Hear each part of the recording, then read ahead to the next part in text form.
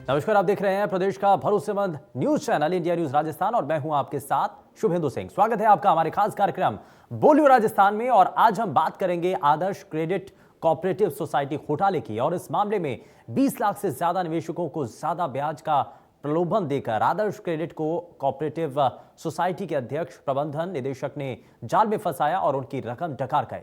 जब इस घोटाले का भंडाफोड़ हुआ तो मुख्य आरोपी मुकेश मोदी, मुंबई की प्रियंका मोदी, वैभव लोढ़ा, समीर मोदी, भरत मोदी समेत दर्जनों लोगों को गिरफ्तार किया गया। 124 लोगों के खिलाफ केस अदालत में चल रहा है। और आदर्श घोटाले की जांच के दौरान ईडी ने 7 अक्टूबर 2019 को आदर्श सोसाइटी की 1489 करोड़ की संपत्ति अटैच की है। कानून की लंबी प्रक्रिया जारी है और बड़ा सवाल यह कि जिन लोगों ने अपनी खून पसीने की कमाई आदर्श सोसाइटी कंपनी को दी, उन्हें इंसाफ कब मिलेगा, कब उनका पैसा उन्हें ब्याज के साथ लौटाया जाएगा। चलिए सुनते हैं डूंगरपुर में इस ठगी का शिकार हुए लोगों का दर्द।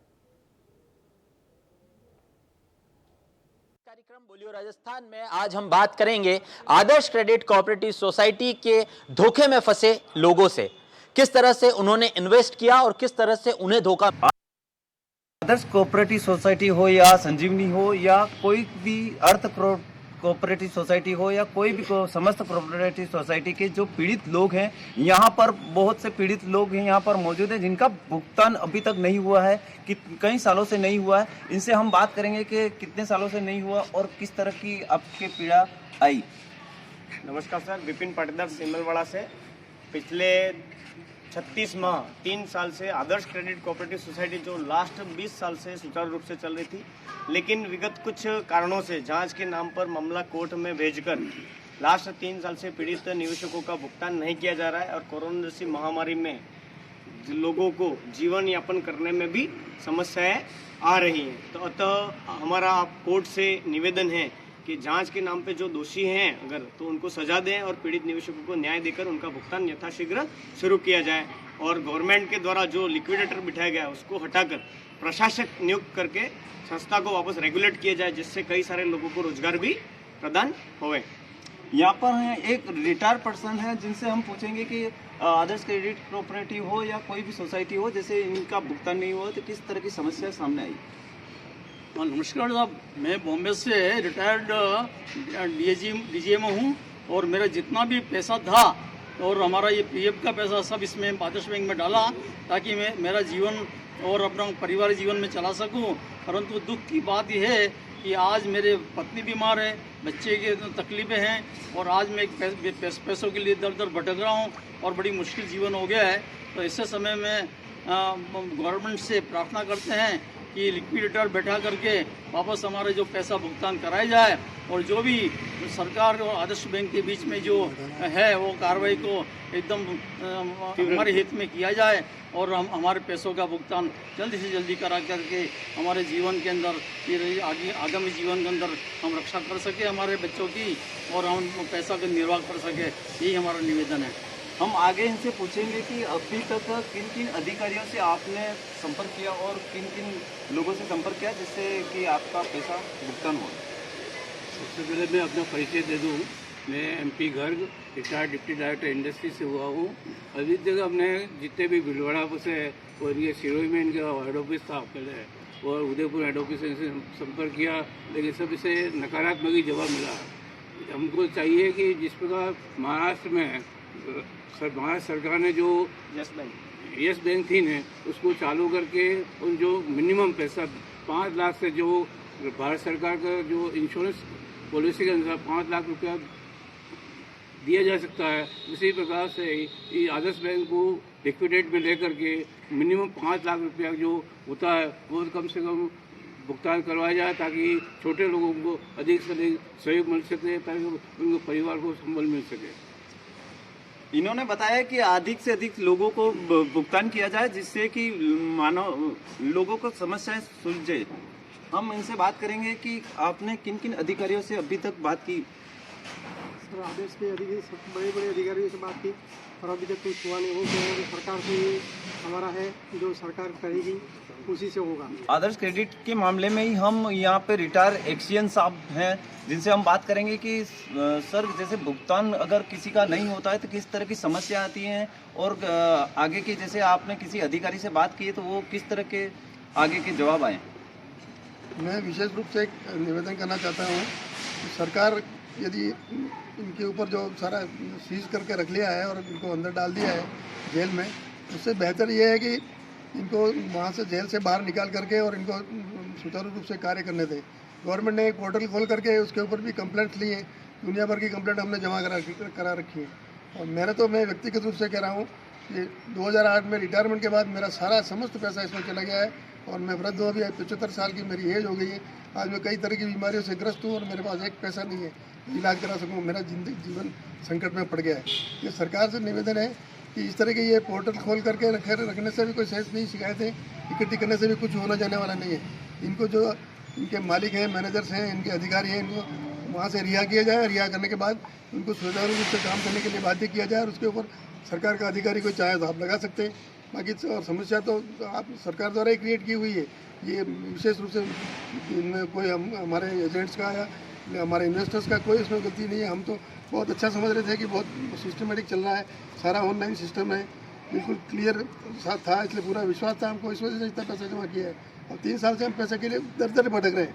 लिहाजा जो है लिक्विडेटर को हटा करके और प्रशासक स्थापित करके और इनको जेल में से रिहा करके इनका मोदी एंड कंपनी को और ये पैसा हमको जल्दी से जल्दी दिलाया जाए। 3 साल से हमारा भुगतान नहीं हुआ है। इन्होंने बताया कि 3 साल से भुगतान नहीं हुआ है और हमारा घर गृहस्थी जीवन कैसे चलेगा। रिटायरमेंट पर्सन है और इनका पूरा पैसा उसमें इन्वेस्ट हो गया है। कैमरामैन सुनील के साथ महेश्वर चौबीसा, डूंगरपुर। तो आपने अब तक जाना डूंगरपुर में ठगे गए मासूम लोगों की परेशानी को। अब हम आपको ठगी के जाल में फंसे उदयपुर के लोगों की परेशानी भी सुनाते हैं।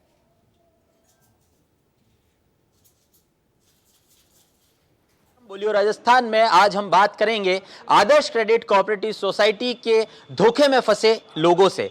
किस तरह से उन्होंने इन्वेस्ट किया और किस तरह से उन्हें धोखा मिला, इन तमाम सवालों के साथ आज इंडिया न्यूज की टीम अलग अलग जगहों पर निवेशकों से बात करने का प्रयास कर रही है। उदयपुर में हम भी कुछ लोगों के पास पहुंचे हैं जिन्होंने आदर्श क्रेडिट कोऑपरेटिव सोसाइटी में हुए धोखे के बाद एक आंदोलन के रूप में लिया और एक क्रांति स्टार्ट हो गई। हमारे साथ कुछ लोग हैं, हम इनसे बात करने का प्रयास करता हूं। सर स्वागत करता हूं, आपका नाम बताएं, किस तरह से आपने इसको एक आंदोलन के रूप में देखा है, कई लोगों से आपने हेल्प भी की है, आप उनको लेके लिक्विडेटर से मिलने भी गए थे, क्या मामला हुआ था, क्या कुछ हुआ था, बताएं सर। जी मेरा नाम भरत कुमावत है और सर्वप्रथम हमने ही एक संघर्ष के रूप में इस आदर्श की संघर्ष समिति बना के संघर्ष शुरू किया था। और बहुत ही दुर्भाग्य है कि हम कहते हैं, बड़े गर्व से कहते हैं कि दुनिया का सबसे बड़ा लोकतंत्र है भारत, लेकिन व्यवहार में आज हमें लगता है कि ये केवल कुछ लोगों का तंत्र है। इतने बड़े पैमाने पर 21 लाख परिवारों का निवेश जो है वो आदर्श सोसाइटी में हुआ और हजारों करोड़ रुपए, लगभग 14,000 करोड़ से ज़्यादा का जो है वो पूंजी है वो लोगों की फंसी हुई है। लेकिन आज दुर्भाग्य है कि कोई भी हमें नजर नहीं आ रहा है। हाई कोर्ट भी जजमेंट दे चुकी है कि आप इनको निवेशकों को पैसे लौटाएं, लेकिन ये पैसा कौन देगा? केवल एक फुटबॉल का खेल हो रहा है कि कौन देगा पैसा। लिक्विडेटर की जिम्मेदारी बनती है, लेकिन जब हम लिक्विडेटर के पास जाते हैं और उनसे बातचीत करते हैं तो लिक्विडेटर कहते हैं कि हमारे पास रिकॉर्ड पर कोई प्रॉपर्टी नहीं है आदर्श की, हमारे बैंक खातों में केवल 24 करोड़ रुपए है और ज़्यादा कुछ पूछो तो पुलिस को बुला के हमें अरेस्ट करवा दिया वहाँ पर। तो एक तरह से जिस तरह से माफिया तंत्र हम फिल्मों में देखते हैं कि किस प्रकार से गुंडों की गैंग मिलके एक सीधे साधे आदमी को निरुत्तर कर देती है, उस प्रकार से हमारे साथ भी ऐसा व्यवहार हो रहा है। और आज न्यायपालिका भी मौन है। यहाँ के जो संविधान, हमारे जो संसद है, हमारी विधानसभा है, सबके पास ये चीज़ें पहुँच चुकी है, लेकिन कोई भी आज की तारीख में पुख्ता विश्वास से नहीं कह सकता है कि आदर्श का पैसा इतने दिनों में आएगा और इस प्रक्रिया से आएगा। और अभी संघर्ष में है हम भी। देखिए, संघर्ष के अलावा कोई रास्ता नहीं है, या तो मर जाए, गांधी जी ने जैसा कहा, या तो करो या मरो। तो हमने मरने का रास्ता नहीं चुना है, हमने करने का रास्ता चुना है और एक राष्ट्रीय स्तर पर एक निवेशकों की का संगठन भी बनता जा रहा है और कई प्रकार की लड़ी जा रही हैं। और हम भी देख रहे हैं कि कोई सच्चा आदमी इसे हिंदुस्तान में मिल जाए, भले वो प्रधानमंत्री हो या मुख्यमंत्री हो या कोई भी नेता हो, किसी भी पार्टी का हो, अरे कोई तो आए और इन स्थितियों में एक वर्णन करे कि ये भारतीय लोकतंत्र और न्यायपालिका की गरिमा के अनुरूप हो रहा है या नहीं हो रहा है।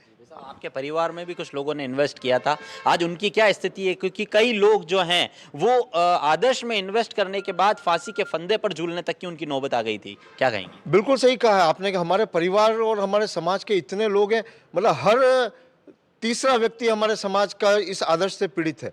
और मेरे ससुराल के पास में ही एक व्यक्ति ने 26 जनवरी के दिन आत्महत्या की।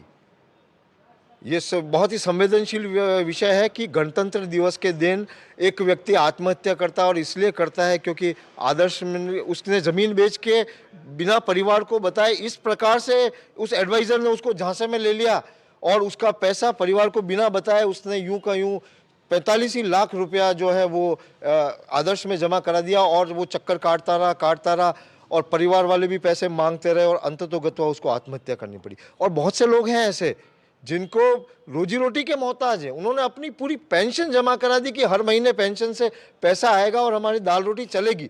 तो किस तरह से लोग अपना जीवन गुजर बसर कर रहे हैं, बहुत ही दयनीय स्थिति है। किसे जिम्मेदार मानते हैं इसे? लोगों का छोटा सा लालच या वो लोग जो आज आप सभी लोगों के लिए एक वो बन गए हैं कि जहां दिखें आप उन्हें किसी भी तरह की सजा देने को तैयार हैं? देखिए, अगर लालची मैं किसी को कहूँगा तो लालची सबसे पहले ये सरकार है जो परमिशन देती है। उसके बाद लालची वो रजिस्ट्रार है जो केवल अपनी तनख्वाहें उठाता है लेकिन अपने ड्यूटीज़ को सही तरीके से नहीं निभाता है। उसके बाद लालची ये लोग नेता लोग हैं जो कि विरोध नहीं करते हैं।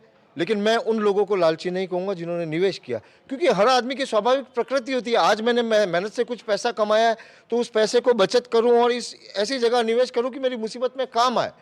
तो इसलिए लालची तो ये व्यवस्था और ये तंत्र है जो केवल अपने निजी स्वार्थ पूर्ति कर रहे हैं, लेकिन कानून के अनुरूप पालना हो ये कोई सुनिश्चित नहीं कर रहा है। आपने अहमदाबाद आप गए थे, उदयपुर से कई लोगों को लेकर अहमदाबाद लिक्विडेटर से मिलने आप गए थे, और वहां जब अपने हक के पैसे मांगने की इन लोगों ने डिमांड की तो इन्हें पुलिस बुलाकर गिरफ्तार करवा लिया गया। क्या घटना हुई थी, क्या वाकया हुआ था, कौन कौन लोग आपके यहाँ से आपके साथ गए थे, उस बारे में बताएं सर। यहाँ संघर्ष समिति का प्रतिनिधिमंडल गया था अहमदाबाद, और केवल उदयपुर से ही नहीं, वो पूरे 8 राज्यों से लोग वहाँ थे। वहाँ कर्नाटक से भी लोग थे, तमिलनाडु से भी लोग थे, छत्तीसगढ़ से थे, गुजरात, महाराष्ट्र, मध्य प्रदेश और राजस्थान, सब जगह से लोग आए हुए थे। और लिक्विडेटर से बहुत ही शालीनता से पूछा हमने, बल्कि लिक्विडेटर ने खुद ही वहाँ चेयर्स लगवाई थी कि हम वेल इन्फॉर्म करके गए थे, उनको पूर्व में हमने पत्राचार के द्वारा सूचना कर दी थी। फिर गए उन्होंने, लेकिन जब उनको घिरते हुए नजर आए, क्योंकि लिक्विडेटर 3 साल से तनख्वाह ले रहा है, एक IAS ऑफिसर है वो पूर्व रिटायर्ड, और जिस प्रकार से उनको काम करना चाहिए था कुछ भी नहीं किया। और जब वो गिरते हुए नजर आए तो उन्होंने बचने के लिए पुलिस को बुलाया, और उन्होंने, आपके लिक्विडेटर की ड्यूटी है, लिक्विडेटर की जिम्मेदारी कि भाई प्रॉपर्टी को सीज करो, बेचो, नीलाम करो और पैसा दो। लेकिन 3 वर्षों में भी जो नतीजा है वो 0 है। और इस तरीके से पुलिस ने बुजुर्गों को, महिलाओं को, मतलब मेल पुलिस वालों ने महिलाओं का हाथ खींच के गाड़ी में डाला उनको, और उसके बाद थानों में चक्कर कटाते रहे हमको, कभी किस चौकी में ले जाते, कभी थाने में ले जाते, कभी डिप्टी ऑफिस में ले जाते। और इस प्रकार से उन्होंने 6 बजे तक हम लोगों को केवल घुमाया, इधर से उधर ले गए।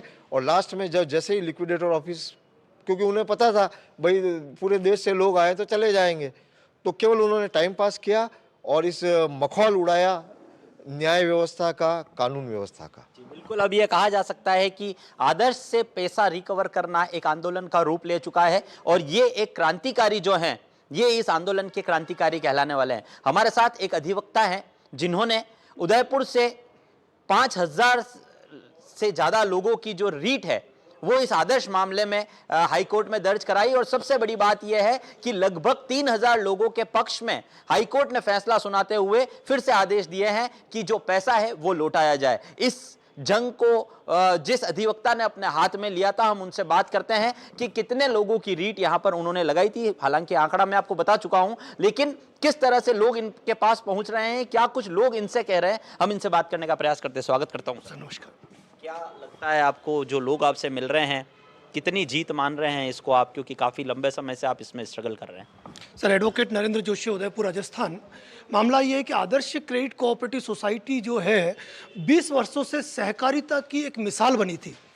भारतवर्ष में सहकारिता क्या होता है ये लोगों ने आदर्श क्रेडिट कोऑपरेटिव सोसाइटी से सीखा। 20 लाख से अधिक निवेशक, 820 से अधिक ब्रांचें, 4 लाख से अधिक एडवाइज़र और 4000 कर्मचारियों का भविष्य उस वक्त दांव पे आ गया जब एसओजी की एफआईआर दर्ज हुई और सारे प्रमोटर मंडल को जेल में डाल दिया। ऐसी परिस्थितियां उस समय मौजूद थी कि इस सोसाइटी को पुनः चालू किया जा सकता है। आज लिक्विडेटर के जो शब्द है कि आदर्श क्रेडिट कोऑपरेटिव सोसाइटी के पास संपत्तियां नहीं है या उसके पास फंड नहीं है, इसका हम खुले रूप से विरोध करते हैं, क्योंकि आदर्श क्रेडिट कोऑपरेटिव सोसाइटी के पास न फंड की कमी थी और न ही संपत्तियों की कमी थी। पिछले 3 वर्षों से हजारों लोगों ने मिलकर प्रशासन को ज्ञापन दिए, कलेक्टर को ज्ञापन दिए, जगह जगह एफआईआर दर्ज हुई, लेकिन और जगह विधानसभा में मुद्दे उठाए गए, लोकसभा में मुद्दे उठाए गए, लेकिन राजनीतिक शिथिलता की वजह से इस मामले में कोई कार्रवाई नहीं हो पाई और इस कारण आखिर लोग त्रस्त है। लिक्विडेटर आज की तारीख में पंगु है, वह अपनी कोई कार्रवाई नहीं कर पा रहा है। लोग अपने तरीके से हर प्रकार के आंदोलन कर रहे हैं और इस मामले में ये भी कहूँगा कि जब लोगों को आखिरी कोई रास्ता नज़र नहीं आया तो 5,500 से अधिक देश भर के निवेशकों ने राजस्थान हाईकोर्ट में अपने अधिकारों के संरक्षण के लिए रिट याचिकाएं विगत 1.5 से 2 साल में पेश की थी, जिनमें 3039 निवेशकों की रिट पे याचिकाकर्ताओं की सुनवाई करते हुए राजस्थान हाईकोर्ट ने 90 दिन में इन मामलों को सुलझाने के आदेश भी दिए हैं। इस मामले में हम मानते हैं कि न्यायालय द्वारा 90 दिन में आदेश दिए हैं, उस ऑर्डर को भी इम्प्लीमेंट कराने में, आगे के प्रोसेस को पूरा करने में 6 महीने से 12 महीने तक का वक्त लग सकता है। लेकिन राजनीतिक शिथिलताओं की भेंट चढ़ रहा है आदर्श क्रेडिट कोऑपरेटिव सोसाइटी और आज कई निवेशक ऐसे हैं जिन्हें तो हकीकत मालूम ही नहीं है। अगर इस मामले में अगर आदर्श के आलाकमान द्वारा समय रहते संज्ञान लिया जाता, अगर वो आगे बढ़कर आते और राजनीतिक लोग भी अगर इस मामले में आगे आते तो निश्चित रूप से आदर्श क्रेडिट कोऑपरेटिव सोसाइटी को पुनः चालू करके उन 21 लाख निवेशकों को राशि लौटाई जा सकती थी, 4 लाख एडवाइजरों को जीवन दान मिल सकता था और 4000 कर्मचारी जो आज की तारीख में घर बैठ चुके हैं उनके रोजगार पर संकट नहीं आता। इतिहास में पहली बार हुआ है कि 3000 लोगों के लिए पक्ष में जो फैसला सुनाया गया है या इतने सारे लोग एक साथ कोर्ट की शरण में पहुंचे हैं एक ही मामले में? ये सर भारत के इतिहास में ऐसा पहली बार है कि सहकारिता से जुड़े हुए 21 लाख लोगों में से अगर 5000 लोग एक साथ एक ही न्यायालय के अंदर अपने रिलीफ के लिए गए, यह सहकारिता का पहली बार है और इतनी संख्या में लोगों ने कभी भी कोई रिट याचिकाएं किसी भी मामले के अंदर न्यायालय के अंदर प्रस्तुत नहीं की थी। सर, कितने निवेशक आपकी नज़र में अभी तक आए हैं और क्या अपना दर्द लेकर आते हैं, क्योंकि पैसा बड़ी मुश्किल से कमाया जाता है और जब वो आपके पास पहुंचते हैं तो किस तरह की उनकी प्रतिक्रियाएं होती है और क्या आपको लगता है कि अब आने वाले समय में कब तक उन्हें अपना पैसा मिल पाएगा या नहीं मिल पाएगा? फाइनल डिसीजन किस ओर जाएगा, पक्ष में जाएगा या विपक्ष में जाएगा, क्या मानते हैं? सर, भविष्य तो वर्तमान तो भविष्य की गर्त में है, तो इस मामले में मैं ये कहूँगा कि ऐसे कई लोग हैं। आदर्श क्रेडिट कोऑपरेटिव सोसाइटी एक ऐसी मिसाल थी जिसमें एक ठेले वाले से लेकर एक आईएएस, एक आईपीएस ऑफिसर तक का पैसा, यहाँ तक कि मैं बताऊं कि जुडिशरी के अफसरों तक का पैसा आज की तारीख में इन सोसाइटियों में उलझा हुआ है और लोग अपने स्तर पे अपना संघर्ष कर रहे हैं। लेकिन अगर देखा जाए तो इस मामले में अगर त्वरित संज्ञान अगर लिया जाता है और अगर सभी लोग एकजुट होकर इस मामले में अगर संघर्ष करते हैं तो बहुत जल्द इसमें परिणाम मिल सकते हैं निवेशकों को, लेकिन उसके लिए एकजुट होने की आवश्यकता है। कुछ लोग अगर न्यायालय के माध्यम से जाते हैं तो उन कुछ लोगों को रिलीफ मिल पाता है, लेकिन आम व्यक्ति को रिलीफ तब तक नहीं मिल पाएगा जब तक सरकार स्वयं इस मामले में संज्ञान नहीं लेती है और निवेशक जब तक एकजुट नहीं होते। जी, तो सर कब तक आपको लगता है, साल भर, 2 साल या मिलेगा नहीं मिलेगा, क्या कहेंगे यूँ? सर, अगर लिक्विडेटर के माहौल से मैं कहूँगा तो कभी कभी कुछ लोग कहते हैं कि सर लिक्विडेटर का जो कार्यकाल है वो 1 साल बढ़ा दिया गया। मैं ये कहता हूँ ये कार्यकाल 1 साल नहीं है, आने वाले 25 साल तक बढ़ाया जाएगा। अगर ये लिक्विडेटर महोदय नहीं रहे तो नए लिक्विडेटर महोदय आएंगे आने वाले।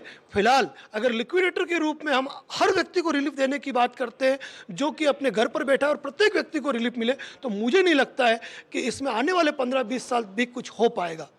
बिल्कुल, ये थे एडवोकेट जिन्होंने आदर्श के लिए एक जंग का ऐलान किया था। लोग इनके पास पहुंचे थे और 5000 लोगों ने एक साथ कोर्ट में याचिका रीट दायर की थी और 3000 लोगों के पक्ष में कोर्ट ने फैसला सुनाया है। आदर्श क्रेडिट कोऑपरेटिव सोसाइटी से जुड़े कई लोग ऐसे हैं जिन्होंने अपना सब कुछ दांव पर लगा दिया और जिन लोगों ने अपने जीवन भर की पूंजी आदर्श में निवेश कर दी और अब उनके पास फांसी के फंदे पर झूलने के अलावा कोई रास्ता उन्हें नजर नहीं आ रहा। जिस तरह से कुछ लोग सड़कों पर उतरकर इसका विरोध कर रहे हैं, कुछ लोग अपने हक की जो ये फाइट है उसको लगातार कर रहे हैं और ऐसे में कुछ लोगों की जो शिथिलता है, उन शिथिलताओं में राजनीति से जुड़े लोगों की शिथिलताएं जो हैं वो सबसे बड़े स्तर पर सामने आई है। क्योंकि अगर सरकारें इसमें समय रहते संज्ञान ले ले और जिन लोगों ने इसमें निवेश किया है, जो इस आदर्श क्रेडिट कोऑपरेटिव सोसाइटी से पीड़ित हैं, उनके लिए साथ खड़ी हो जाए तो उन्हें अपना पैसा आसानी से सरकार दिला सकती थी। अब देखना दिलचस्प होगा कि इतनी बड़ी जंग के बाद निवेशक हैं, उन्हें उनका पैसा फिर से मिल पाता है या नहीं। उदयपुर से इंडिया न्यूज के लिए अभिषेक जोशी। बोलिए राजस्थान में फिलहाल के लिए बस उतना ही। नमस्कार।